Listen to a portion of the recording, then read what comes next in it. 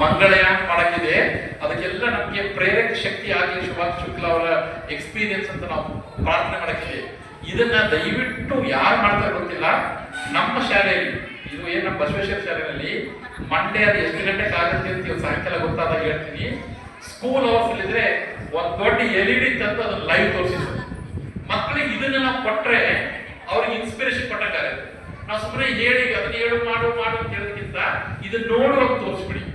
ಚಂದ್ರಯಾನ 3 ಇದ್ದಾಗ ನಾನು ದಾವಣಗೆರೆಯಿಂದ ಸುಮಾರು 100 ಮಕ್ಕಳು ಕರ್ಕೊಂಡು 2 ಬಸ್ಸು 10 ಜನ ಟೀಚರ್ಸ್ 10 ಅಡಿಗೆಯವರು ಕರ್ಕೊಂಡು ಹೇಳಿದ್ರು. ಮಾತಾಡಿ ಹೇಳಿದ್ದು ನಮ್ಮ ಗುಣಲಕ್ಷಣಗಳ ಬದಲಾವಣೆ ಆದ್ರೆ ಮಕ್ಕಳು ಚೆನ್ನಾಗಿ ಇರ್ತಾರೆ ಅಂತೀವಿ.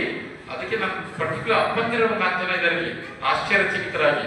ಯಾಕಂದ್ರೆ ಮಕ್ಕಳು ಬೆಳೆಸೋದಲ್ಲ ಅಮ್ಮನ ಜವಾಬ್ದಾರಿ, ದುಡ್ಕೊಂಡ್ಬರೋದು ಅಪ್ಪನ ಜವಾಬ್ದಾರಿ ಅಂತ ಆಗ್ಬಿಟ್ಟಿದೆ. ಯಾಕಾಗಿದೆ ಗೊತ್ತಿಲ್ಲ. ನಾನು ಹೇಳ್ತಿರೋದು ಕೇಳಿ, ನೀವು IAS IPS ಆಫೀಸರ್ ಅಂದ್ರೆ DC SP ಗಳು ತಕೊಂಡ್ರೆ ಬಹುತೇಕರು ಬಹಳ ಜನ ಎಲ್ಲಿಂದ ಬಂದಿದ್ರು ಇಲ್ಲಿವರೆಗೆ ಅಂದ್ರೆ ಬಿಹಾರದಲ್ಲಿ 2 ಜನಾಂಗ. ಒಂದು ತುಂಬಾ ಶ್ರೀಮಂತ ಠಾಕೂರಗಳು, ಇಲ್ಲ ಅಂದ್ರೆ ಈ ಗೇಣಿ ಕೆಲಸ ಮಾಡೋದು ತೀರಾ ಬಡತನ, ಬಹಳ ಕಷ್ಟ ನನಗೆ ಗೊತ್ತಿದೆ.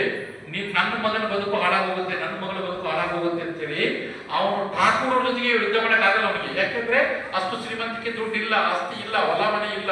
ಅದಕ್ಕೆ ಅವನೇನ್ ಮಾಡ್ಬಿಡ್ತಾನೆ, ಸಿಂಪಲ್ ಆಗಿ 5ನೇ ಕ್ಲಾಸ್ 6ನೇ ಕ್ಲಾಸ್ ಮಗಳು ಬಂದಾಗ್ತಾನೆ ಹೆಗಲ ಮೇಲೆ ಮುಚ್ಚಿಕೊಂಡು ಅವನು ಪಾಟ್ನಾಗ ಹೋಗ್ತಾನೆ, ಡಿಸ್ಟ್ರಿಕ್ಟ್ ಹೆಡ್ ಕ್ವಾರ್ಟರ್ಸ್ ಹೋಗ್ತಾನೆ, ಜಿಲ್ಲಾ ಕೇಂದ್ರಕ್ಕೆ ಹೋಗಿ ತೋರಿಸ್ತಾನೆ.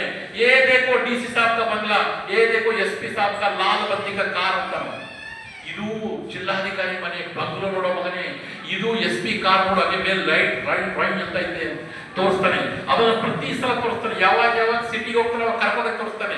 DC ಆಫೀಸಿಗೆ ಕರ್ಕೊಂಡು ತೋರಿಸ್ತಾನೆ, DC ಮನೆ ತೋರಿಸ್ತಾನೆ, SP ಕಾರ್ ತೋರಿಸ್ತಾನೆ, SP ಮನೆ ತೋರಿಸ್ತಾನೆ. ಮಕ್ಕಳಲ್ಲಿ ಹಂಗೆ ಬರುತ್ತೆ.